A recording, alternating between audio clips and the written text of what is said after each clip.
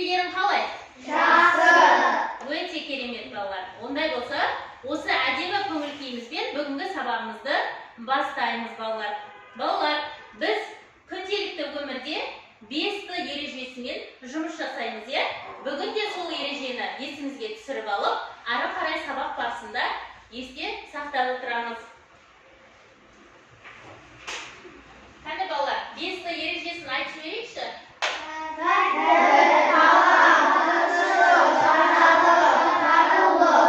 Өте керемет балалар. Олай болса, біз сабақ барысында тәртіпті де сақтаймыз, тазалықты да сақтаймыз, тыныштықты да сақтаймыз және татулықты да сақтаймыз балалар. Жарай ма? Ары қарай сабағымызды бастаймыз. Балалар, біз дүниетану сабағынан қандай бөлімді өтіп жатырмыз? Кім айтады? Жанел айта қойшы. Су тіршілік көзі. Өте керемет. Нұрислам, қандай бөлімді өтіп жатыр екенбіз? Тіршілік көзі. Өте жақсы. Ал олай болса балалар, су біз үшін, біздің тіршілігіміз үшін не үшін қажет? Кім айтып береді маған? Венера айта ғой. Біз су бізге көбімізге керек. Кір жуамыз, жеміс-жидекте жуамыз. Жақсы. Күнделікті тұрмыста Пайдаланамыз. пайдаланамыз. Өте керемет. Тағы кім көмектесіп жүреді? Енді Біз сумен машинамызды жуамыз және оны ішеміз. жақсы. Күнделікті тағамға пайдаланамыз. Ернар. Біз суға үй жинаймыз. Өте керемет. Машина жуамыз. Жақсы. Нұрай толықтырып жібере ғой. Біз ол арқылы бақшамызды суара аламыз. Және онымен біз күнделікті тұрмыс тіршілікте пайдаланамыз. Жақсы, өте керемет. Ал балалар су болмай қалса, табиғатта қандай құбылыстар орын алады? Кім айтады? Димаш айта қойшы. Егер су жоқ болып қалса, ағаштар солып, гүлдер де солып, біз шөлде тұрмыстай алмай қалуымыз мүмкін. Өте жақсы, керемет. Біздің тіршілігімізге кері әсер ететін, е? Олай болса балалар, осы бөлімнің аясында біз ары қарай сабағымызды жалғастырамыз. Бүгінгі сабағымыздың тақырыбы табиғат және Ел қауіпсіздігі. деп аталады.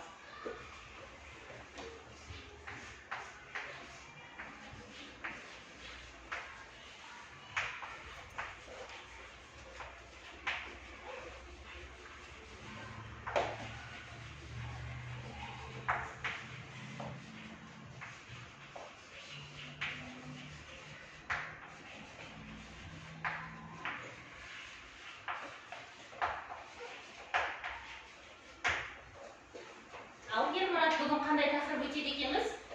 Табиғат және ел қауіпсіздігі. Өте жақсы балалар.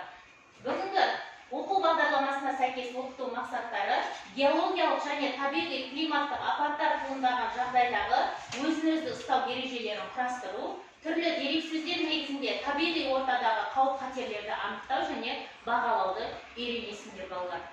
Балалар, табиғат және менің қауіпсіздігім дегеніміз табиғаттың бізге берген 4 сыйы бар. Ол жер, ауа, су және от балалар. От бізге жылу береді. Су біздің тіршілігіміз үшін өте қажет. Ауамен біз тыныс аламыз, ал жер біздің азығымыз, е балалар. Өйткені жерден біз барлық өсімдіктерді, жануарларды тіршілігіне өте қажет. Жер анамыздың бетінде өмір сүріп жатыр барлығымыз. Түсінікті ме балалар? Бұл 4-еуі бізге табиғаттың берген сыйы. Алайда осы табиғаттың берген сыйынан бізге қауіп-қатерлер туындауы мүмкін екен. Я, оттан өрт шығуы мүмкін, судан су тасқындары болуы мүмкін, я, ал жер сілкіністері болуы мүмкін. Ал ауада түрлі газдар тарап, жел, дауылдар тұрып, үйлерімізді қиратып, біздің тіршілігімізге төтенше жағдайларды алып келуі мүмкін екен балалар. Түсінікті ме? Я, олай болса балалар, осындай бүгінгі сабақта, осындай төтенше жағдайлардан біз қалай сақтанамыз, қандай ережелерді ұстанамыз, және ол кезде қасымыздағы достарымызға, сыныптастарымызға, үйдегі бауырларымызға қалай көмектесеміз бүгін, соны түрлі тапсырмалар орындау арқылы үйренеміз. Өте жақсы балалар, үйренеміз. Балалар, суретте көрсетілген төтенше жағдайларға қараңдаршы. қысқаша бірнеше төтенше жағдайлар берілген, не балалар? Ал енді қандай осы бірінші суретте қандай төтенше жағдайды көріп тұрған кім айтып береді маған? Қолымызды көтеріп, Алинұр айта ғой. Бұл жерде өрт болып жатыр. Бұл өрттен жатса, біз табиғатымыз ластанады. Жақсы. Тағы да. Келесі суретте қандай көрініс көріп тұрсыңдар? Мұхаммед айта ғой. Бұл жерде үлкен құйын болып жатыр. Бұл біздің үй-жайымызды және қаламызды бұзып, көлігімізді алып кетуі әбден мүмкін, және өзіміздің үйдегі бауырларымыз өзімізге де қауіпті тигізуі әбден. Өте жақсы, керемет жарайсыңдар. Ал ортадағы суреттен не көріп тұрып балалар? Кім айтып береді? Әсет айта ғой. Ортадағы суретте су басып, адамдар жүре алмай жүр. Адамдар жүре алмай жүр. Су тасқынының қандай қатерлері бар тағы да? Адамдар судың астында қалып кетуі. Өте жақсы, керемет жарайсың. Жақсы, отыра ғой. Ал келесі сурет Венера айта қойшы. Нені көріп тұрмыз? Бұл жерде кішкентай бала судың астында қалып кеткен. Біз бұл жерде ата-аналарымызсыз баруымызға болмайды. Өте жақсы. Шомылуға әсіресе жазды күні көп барамыз, балалар, өзен көлдің жағасына үлкен кісілерсіз баруға болмайды екен, өте жақсы, керемет. Ал келесі суретте не көріп тұр? Кім айтады, балалар? Нұрай айта қойшы. Бұл жерде қысқа тұйықтауы. Егер де қысқа үйімізде кез келген бір тоқтардың электр қуаттарының қысқа тұйықтауы болса, біздің іні-сіңлілеріміз оны байырмай сулы қолмен ұстаса, оларды тоғыруы да әбден мүмкін. Өте жақсы, керемет. Үй жағдайында көбіне болатын, электр құралдарын біз пайдаланамыз, бұл жерде төтенше жағдай сол электр күнделікті үйде қолданылатын электр құралдарынан да келеді екен, балалар, от шығып, ол барлық нәрсені қауіп-қатерге енгізуі мүмкін екен. Ал келесі суретте не көріп тұрып, кім айтып береді маған? Еңлік, сен айта қойшы. Бұл жерде жер сілкінісі болып жатыр. Өте Бір керемет. ғимарат жерге құлап, адамдар қалып қалса, ол жерде қауіп болуы мүмкін. Өте жақсы. Ғимараттардың құлауы қандай қауіп-қатерлерге әкеледі, балалар? Адамдар жарақаттанып қалуы мүмкін. Дұрыс айтасыңдар, өте жақсы, балалар. Ал енді, балалар, мына жерде жер сілкінісі кезінде болатын әрекеттер екен, балалар. Бұл жерде, балалар, жер сілкінген кезде ол төтенше жағдайға жатады, балалар. Енді сендер осы жерде қандай қауіпсіздік ережелерін сақтау керексіңдер? Жер сілкіну кезінде, балалар, ғимараттардан, биік талдардан өте алыста, ашық алаңқайлы жерлерде шығып тұруымыз тиіс екен, балалар, жер сілкіну орын алған кезде үйде терезенің алдына немесе шығып алуға болмайды екен, түсінікті ма? Және де электр қуатын шамды жағуға болмайды, түсінікті ма, балалар? Себебі болмайды деп мынандай крест белгісін қойып тастаған. Ал бізге болатын тек қана ашық алаңқайларға шығу, далаға өзімізбен бірге құжаттарменен жылы киімдерді мүмкіндік болып жатса алып шығу, ал болмаса үй жағдайында болса үйдің бұрыштарына және есіктің босағаларына тұрып қалуымыз қажет екен, балалар. Түсінікті ма? Бұл жер сілкінген кездегі біз сақтайтын қауіпсіздік ережелері екен, балалар. Ал енді, балалар, түсінікті болды ма? Есімізде сақтадық па?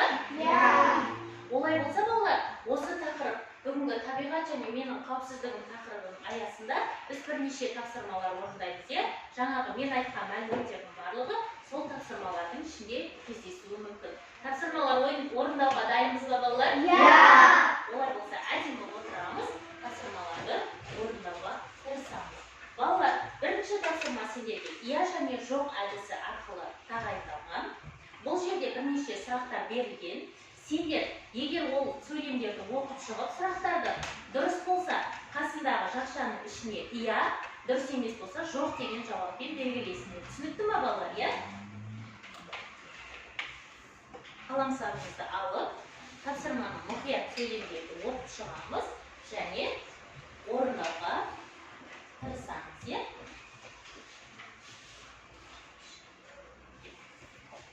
Қаламсаптарды ала қойыңдар, қолдарына.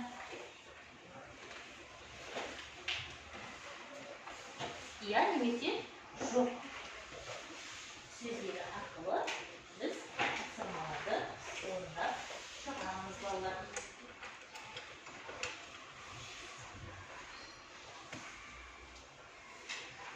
Жақсы.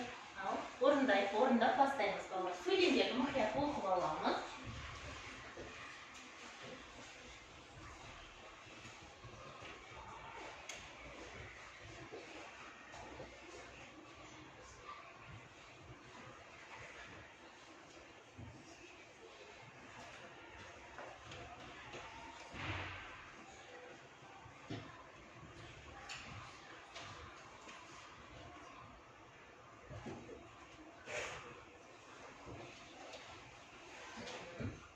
Әлібек жақсы, жарайсың. Нұрислам жақсы. Ермұрат жақсы, өте керемет. Ембек өте керемет орындап жатыр тапсырманы. Алихан, танып сөйлемдерді мұқият ойламаңыз.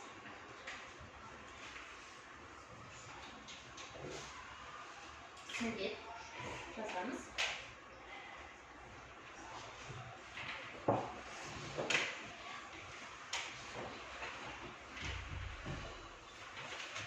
Нұрай өте жақсы, керемет.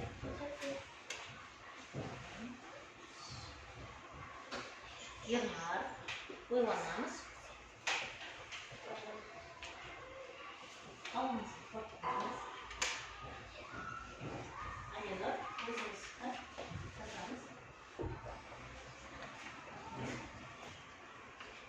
Жақсы. Нұрай жақсы. Әлібек жақсы.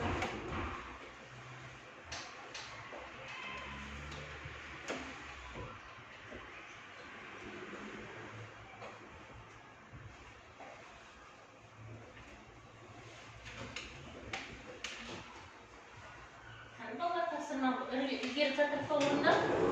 Жақсы. Қазірде бірнеше оқушылар болыпты, иә? Мына топтың оқушыларды болдық па, балалар? Иә. Кәні? Олай болса, тапсырмаларыңды маған бере қойыңдар. Өте жақсы Оразбай, тапсырмаларды жақсы орындапсың. Әлібек өте жақсы орындаған. Жақсы. Кейбір оқушыларда бір-бір қателіктен болады, балалар, иә?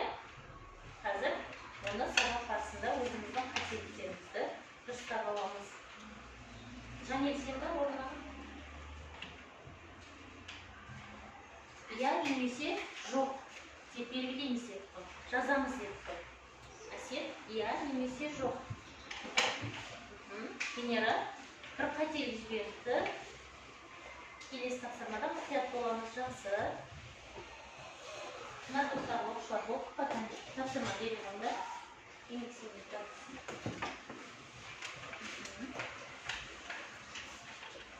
Өтежан болыңдар.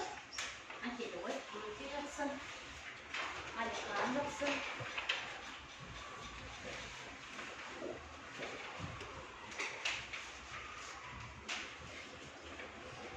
Жақсы. Өте жақсы Абдрахим. Әсет, болып бата.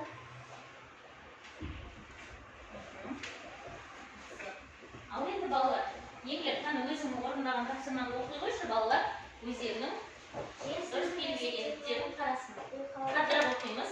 Жер сілкінісі техногендік қауіп-қатерге жатады. Жер сілкіну техногендік қауіп-қатерге жатады ма? Иә. Жақсы. Зауыттардың қалдықтарын бөлімді табиғат қауіп-қатер болып саналады. Иә. Адамның іс-әрекетінен су тасқыны пайда болады. Жоқ. Найзағай ұрғанда металл заттардың жанында тұрма. Иә. Жақсы. Жақсы. Ерінбек өте керемет тапсырмалардың барлығын дұрыс орындап шықтыңдар. Балалар өте жақсы тапсырмаларды мұқият және жақсы орындап шығарсыздар, балалар. Ары қарай тағы да бірнеше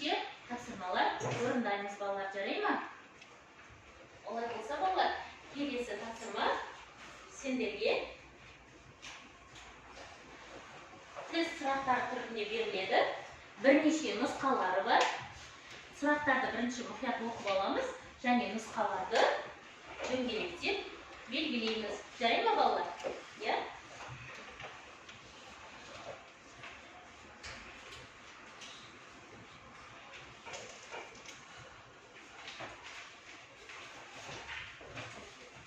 Асықпай ойланамыз. Балалар, асықпай ойланамыз. Асығыстап қарасақ, қателік жіберіп қоюымыз мүмкін. Жарай ма? Бір-бірімізге көшірмейміз, өйткені біреусі қате болуы мүмкін.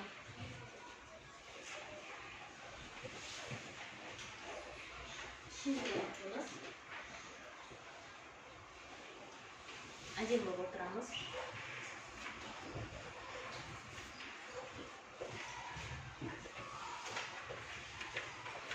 Асықпай оқып аламыз. Мұқият белгілейміз.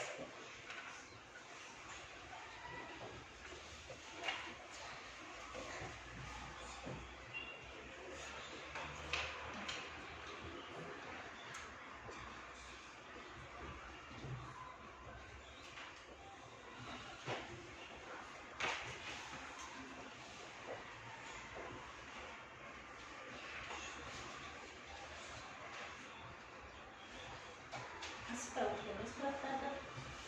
Мұқият белгілейміз, қателік жібермеуге тырысамыз.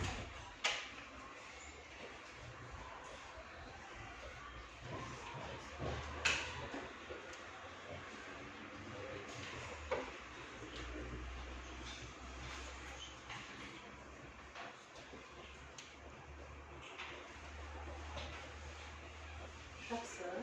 Дінмұхамед Нұрай өте жақсы.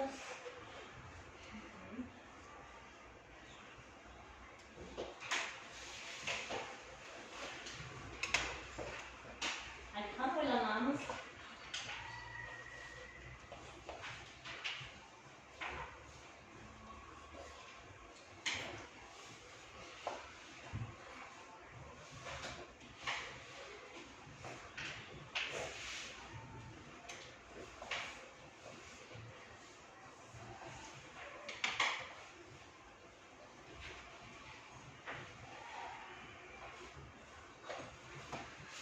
Болдық па балалар? Ал енді балалар, сендерге сұрақ. Біз төтенше жағдайлар кезінде қандай қызметкерлердің қызметіне жүгінеміз? Қолымызды көтеріп айтамыз. Қандай қызметкерлердің қызметіне жүгінеміз? Қандай төтенше жағдайда? Димаш айта ғой. Өрт шыққан жағдайда 101 нөміріне Өрт сөндірушілерге хабарласамыз. Ал үйімізге өрт шығарса 102 нөмірі полицияға звондайды. Жақсы. Тағы қандай төтенше жағдайларда кімдерге хабарласамыз? Алинұр.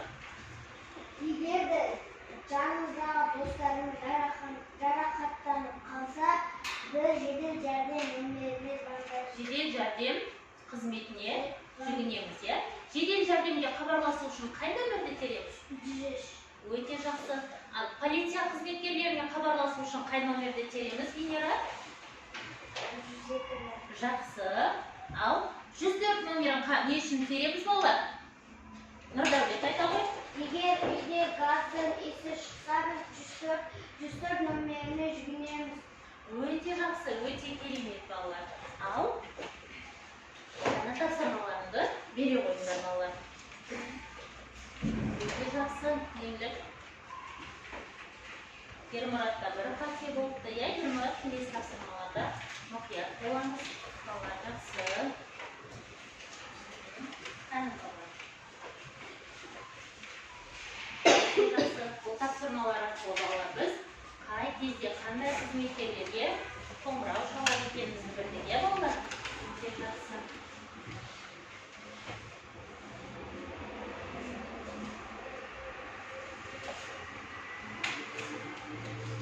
Ал енді балалар, сендерге тақтаға қарай қойыңдаршы. Бұл жерде бірнеше не берілген? Не көріп тұрсыңдар? Жанел айта ғой, не көріп тұр? Электр құралдары өте жақсы керемет. Ал енді осылардан туындайтын қауіпсіздік ережелерін құрастыруды үйренеміз балалар. Қараймыз, кішкене ойланып аламыз, не айтатынымызды, сөйтіп қауіпсіздік ережесін өзіміз ойлап құрастырып айтамыз балалар. Кім айта алады? Жақсы. Кімнен бастаймыз? Ерке жағынан бастаймыз. Теледидар.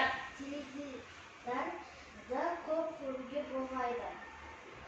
Қандай қауіпсіздік ережелерін сақтауымыз қажет?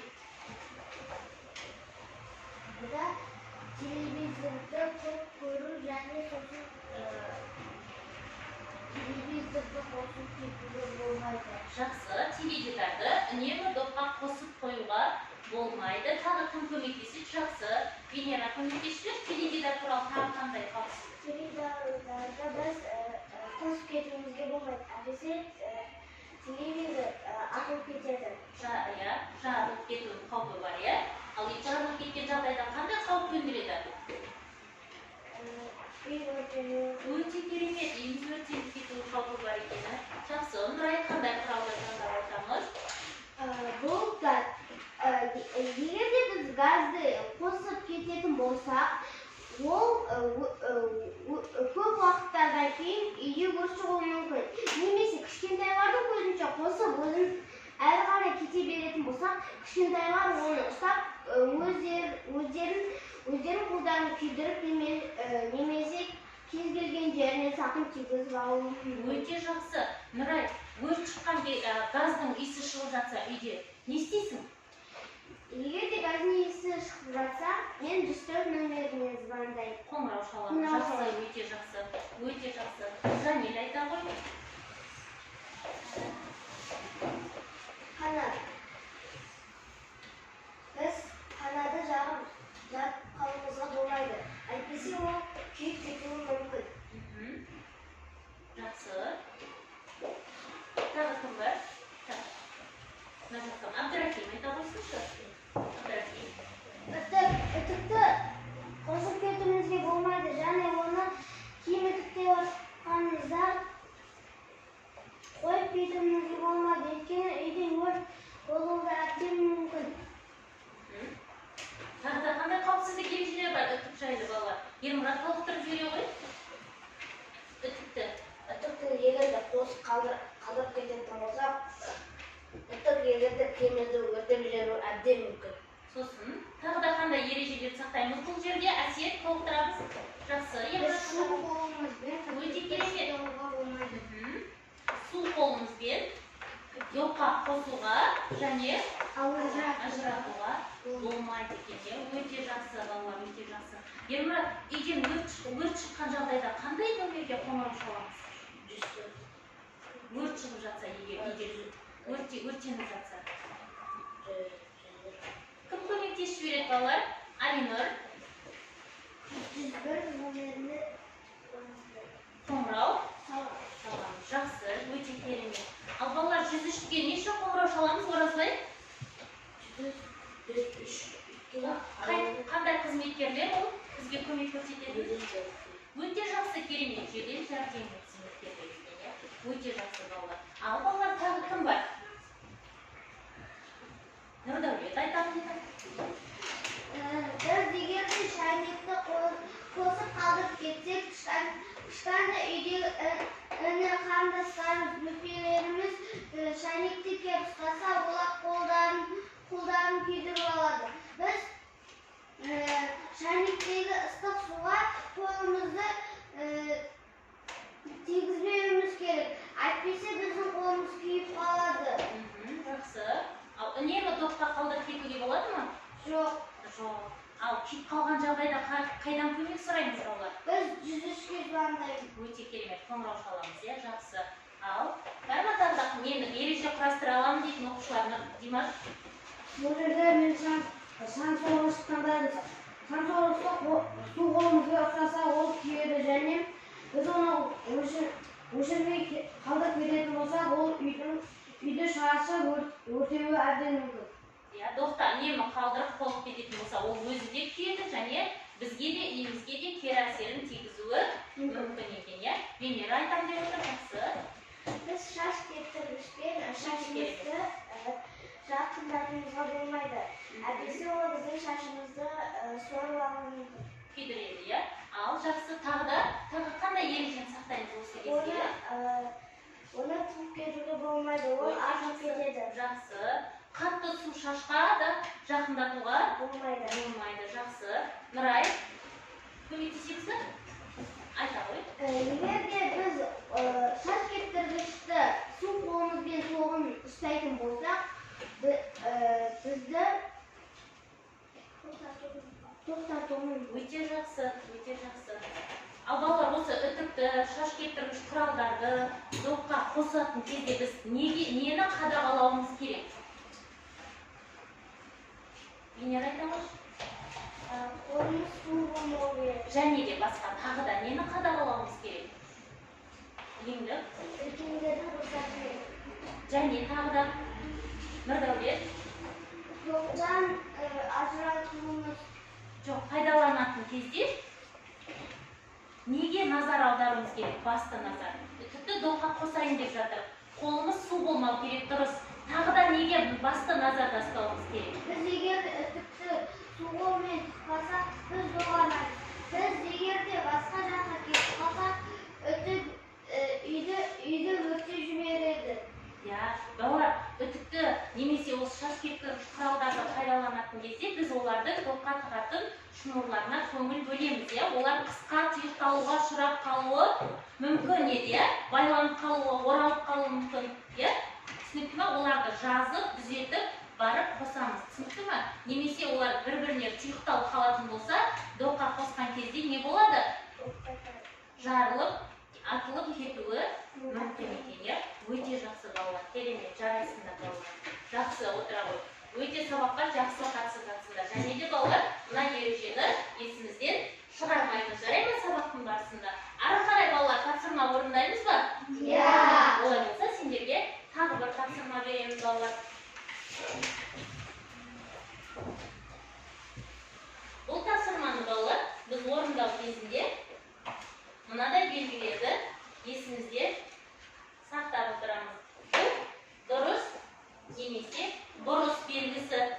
Біз осы тапсырмаларды орындау барысында егер дұрыс іс-әрекеттер болса, дұрыс белгіні, ал бұрыс іс-әрекеттер болса, яғни дұрыс емес іс-әрекеттер болса, онда дұрыс емес белгімен белгілеп шығамыз. Жарай ма балалар? Иә?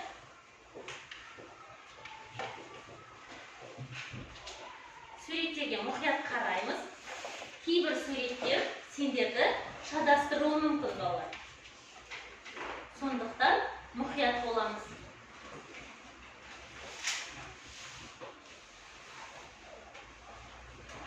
Бұл ақиқат және жалған әдісі болып есептеледі балалар.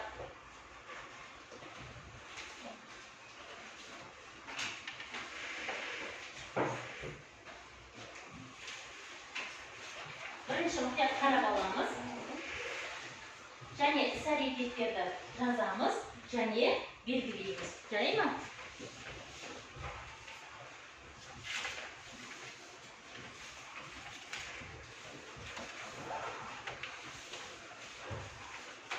Қандай іс-әрекеттер белгілейміз және жазамыз балалар.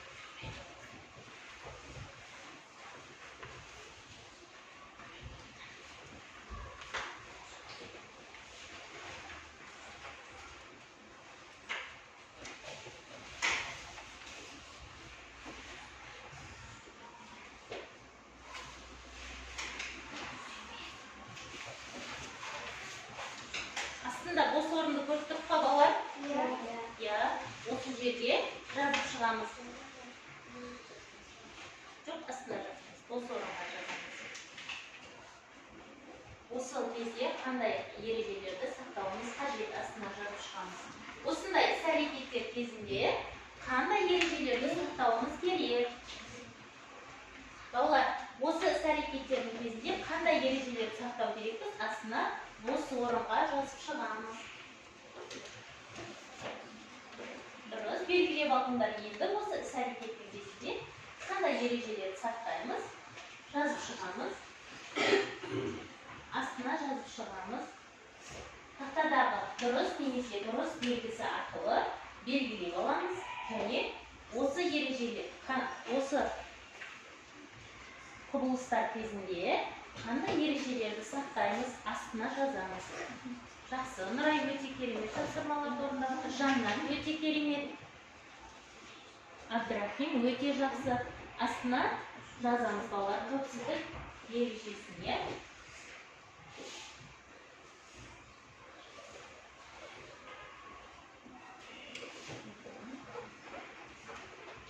Және өте жақсы, әдемі түсінікті деп жазамыз.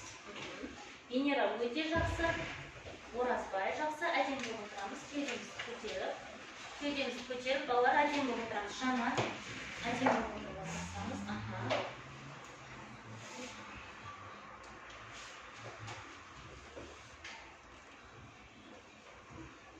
Бекнұр, әдемі отырамыз.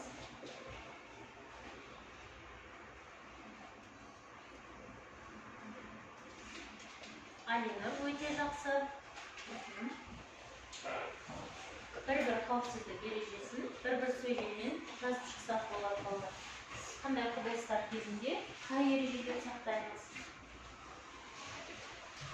Бекмұрат, мұқият боламыз. Еңбек өте жақсы орындап жатыр. Еркежан жақсы. Нұрай, Жаннат. Мұхаммед өте жақсы, кішкене үлкенірек Мұхаммед.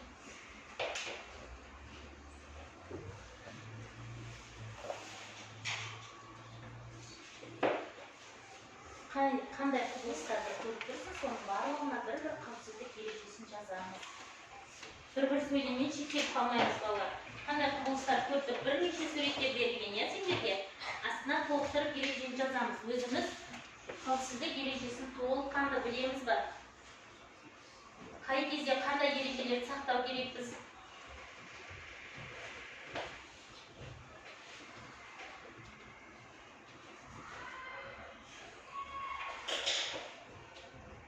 Әдемі отырамыз. Сүндет әдемі отырамыз.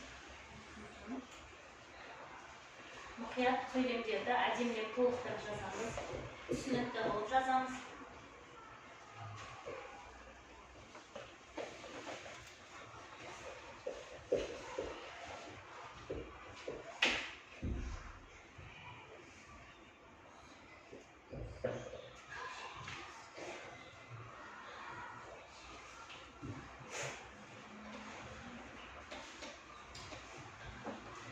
Өте жақсы.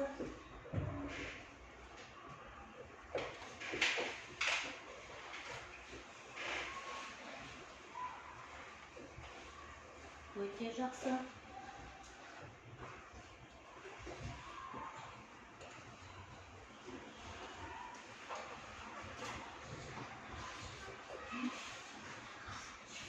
Жоқ, қайтесек қалай қандай тұрыз? Дұрыс әрекеттерімізді ол жерде осылай істеген дұрыс.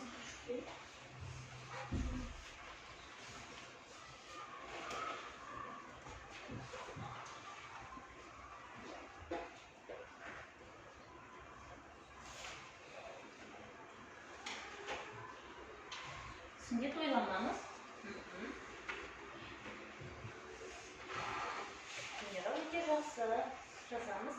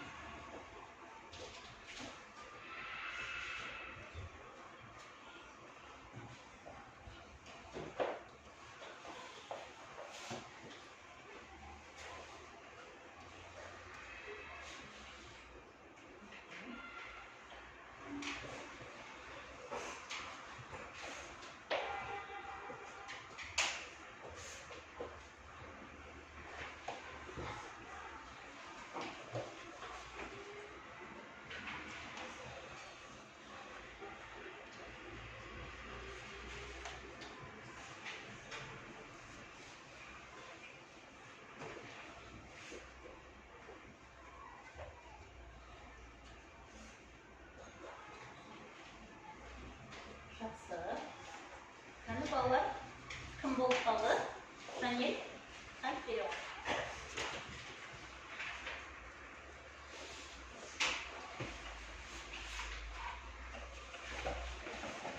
Жақсы. Жанелдің сөйлемдері өте жақсы. Суреттерге байланыстырып өте жақсы сөйлемдеріңіз. Әсет бересің бе деп айтасыз?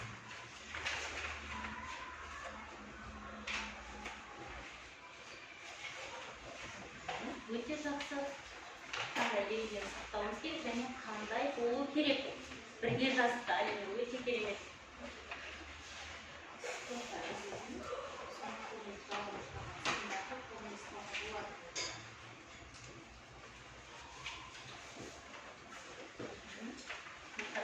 Шоқушы өте керемет тапсырманы орындап. Әсет те жақсы орындаған. Әсет әдемірек жазуға тырысамыз, иә? Сүндет болып па? Бере ғой.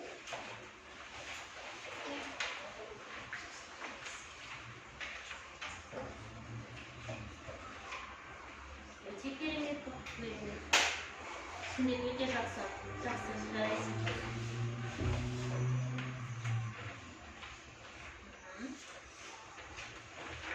Ермұрат та жақсы.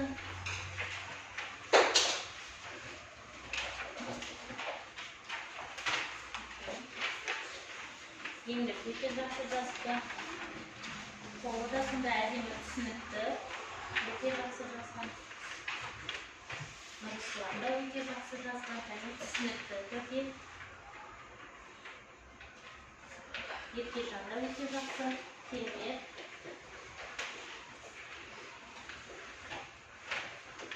Бұл ережелердің барлығын білсек балалар, өзіңіз үйде өз қауіпсіздігіңізді сақтай аламыз деп балалар. Өте жақсы. Димаш өте керемет.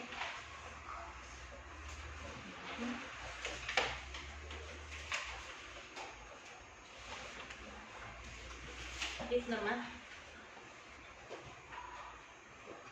Бекнұр жақсы, өте жақсы белгілеп шықты. Қауіпсіздік ережелерін мұқият боламыз, жарай ма жазғанда, иә?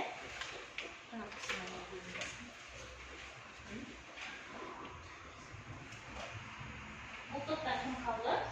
Алихан, Құлдандатам, Венера, Алибек, дұрыс белгілегесін, бірақ қауіпсіздік ережелерін жазбадық. Нұрдәулет өте жақсы. Венера аяқтаймыз, өте керемет.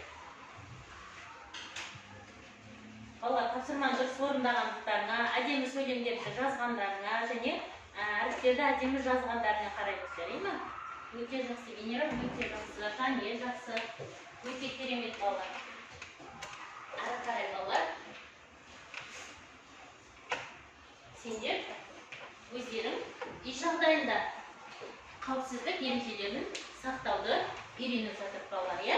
Және біз осы ережелерді өзіміз үйрене отырып, өзіміздің кішкентай інілерімізге және қарындастарымызға үйретеміз. Және үйіміздің, өзіміздің тіршілігіміздің қауіпсіздігін сақтаймыз. Өте жарайсыңдар балалар, жақсы, өте керемет. Ал енді балалар, қантаға қарай қойыңдаршы. Не көріп тұрсыз балалар? Қаны қолымызды көтеріп қана айтамыз. Қолымызды көтеріп қана бірінші сурет бойынша Жанел сөйлейді. Тек қана бір сөйлеммен тоқталмаймыз балалар. Толығырақ мағлұмат айтамыз, жарайды. Полиция. Ал. Осы қызметкерлер туралы толығырақ ақпарат айтып кетейікші. Біздің үйімізді ұрлықшы тонап кетсе, біз 102 көмегіне хабарласамыз. Яғни нені күзетеді екен бұл кісілер? Полициясын.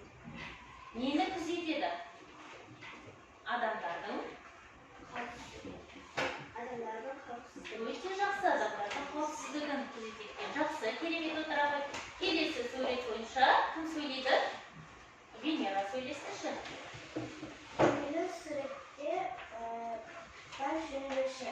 Газымыз өртеніп қызыл жатса, біз 104-ге звондаймыз. Хабарласамыз. Жақсы. Келесі сурет бойынша Жаннат сөйлесін, Жаннат. Бұл жерде қандай қызметкерлер және қандай көлік түрі? Адамдар өзіне құлап қалса, жүзіске заңдау керек. Ал бұл қандай қызметкерлер? Жедел жәрдем. Жедел, қаттырақ айтамыз. Жедел жәрдем. Жақсы, өте керемет. Жедел жәрдем бізге қандай қай жағдайда көмектеседі? Қандай кезде көмектеседі? Жаннат. Өте жақсы. Ал шақыру үшін біз қай номерге қоңырау шаламыз? Өте керемет, жақсы. Ал енді төмендегі сурет бойынша кім сөйлегісі келеді? Нұрислам сөйлесін. Ол құтқару қызметі. Біздің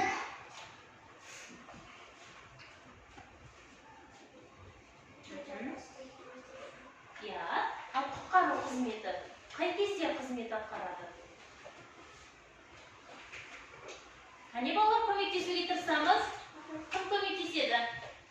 Нұрай көмектесіп берсінші Нұрисламға. құтқару қызметі кез келген бір жағдайда адамдарға қауіп төнген уақытта осы құтқару қызметі келеді.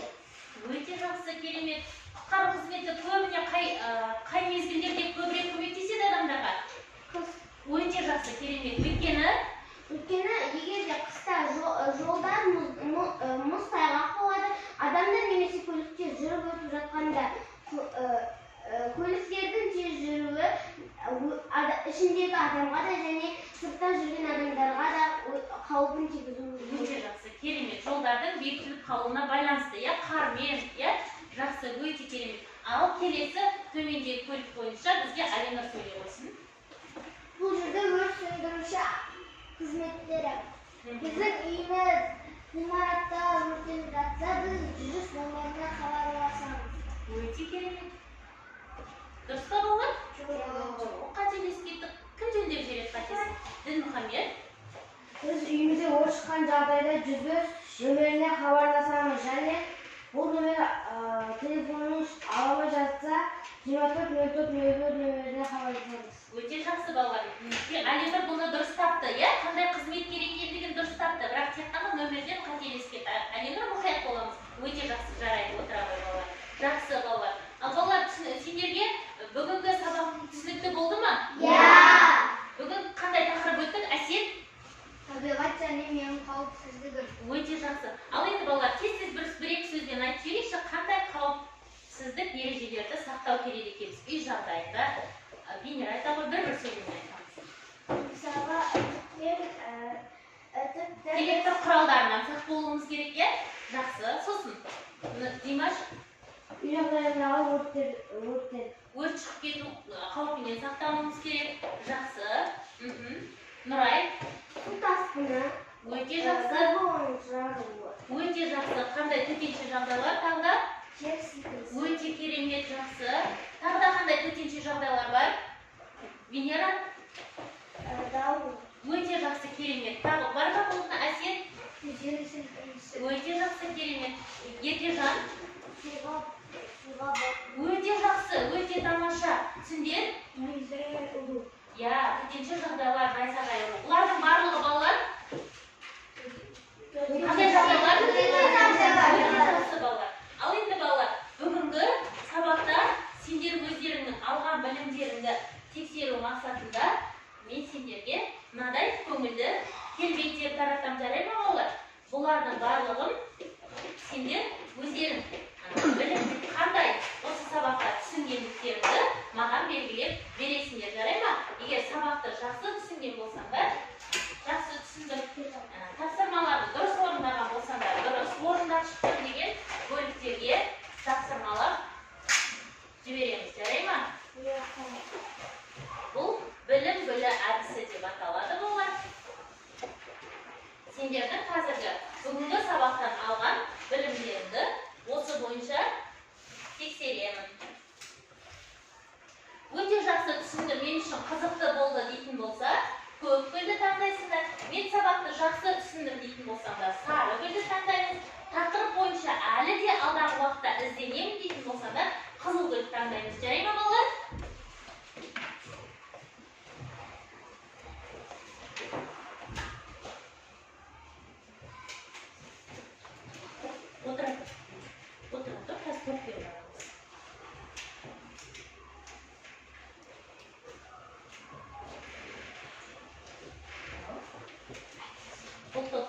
оқушылары асықпай дайындап бара беруімізге болады.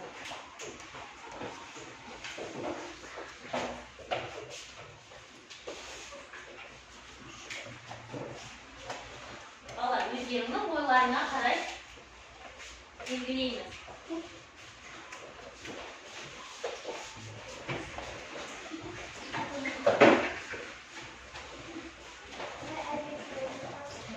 Өте жақсы.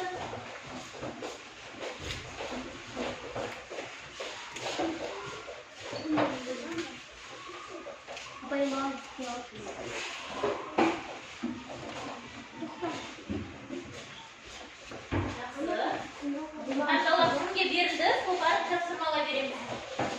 Кімнің қолында бар?